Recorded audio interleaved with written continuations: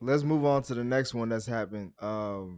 Again, it's not a blockbuster trade or anything, but the Indiana Pacers and the Sacramento Kings swapped some players. Pacers traded away Sabonis to the Kings for Tyrese Halliburton. That also includes Jeremy Lamb, Justin Holiday, and a 2027 second round pick in exchange for Halliburton, Buddy Hield, and Tristan Thompson. That was an amazing move for the Pacers. Amazing move for the You think Pacers. so? Yeah, I like that for the Pacers. I don't like it for the Kings. I love Domantas, but who's the point guard there? They got a couple of guards. Well, they got De'Aaron, but they don't have Tyrese. Who else they got? They needed to create room for Mitchell to play. Mitchell, Davion Mitchell. Yeah. So that's why you move Halliburton, because when you drafted Mitchell, you had a logjam at point guard. Why Mitchell the hell has did they proven draft Mitchell?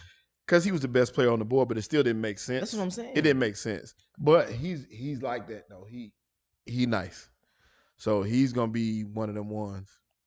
Halliburton can play too. I'll say Halliburton was supposed to. He was up there. He is, but I guess you had to choose between the two, and you get more value for Halliburton than you would Mitchell. So I guess that's what the thought process was. But I thought it was Fox this whole time that was leaving. I think his contract kind of made it a little bit more difficult. Mm-hmm. And plus, he is the best point guard they got, even with all the other ones they had. So they were going to ask a lot more for him anyway. Dang, so Fox and Sabonis. Yeah. So Shelter, you said that like you like it more for the Kings. I do. Why is that? I just like Sabonis. I just think he's one of those top tier talents. Out of everybody that was mentioned, I like all the pieces. All those guys are decent players, but to me, he's just a key piece. Adding him to that team it makes it worth it. Now you got a top tier talent with size to pair along with Fox or whatever guards you want to at that point. But now you got pieces. Now you got something to work with there, and it just made sense because nothing else was working there. Who's the other big lefty they got? Bagley. Yep, they need to do something with him. Well, Yeah. And that's moving. Huh? Yeah, if they can. They're gonna have to. I think Domantas obviously is the best player in the trade. You know what I'm saying? Just on both sides. But I don't know. I like the pieces that the Pacers got and the youth movement. And now we cannot say that they're devoid out there on the wing. Like they really have wing talent now. So I like that. So does that mean they're gonna keep Miles Turner? Nah, I don't know. I think he's like a Thursday 2:00 trade. Yeah, because he hasn't been happy with his direction, with the organization as a whole. So Could that be because Sabonis was there and just taking all the shine?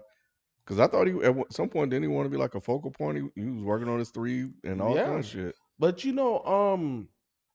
he has all of the ability in the world. I just don't know if he'll ever put it all together. What I mean by that is exceed his plateau.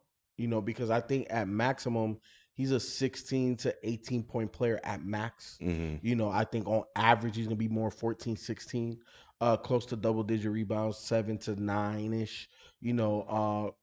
I think the best thing that he brings to the table is shot blocking, but he is. Didn't he lead the league one of these years? Who, Miles Turner? Yeah, I thought he was. Or he was up there. He was up there. He's been in like blocks. a top He's five. up Yeah, there. he's a top 5 defender. Big defender. But outside of that, I don't know, man. Nothing else is really elite about him.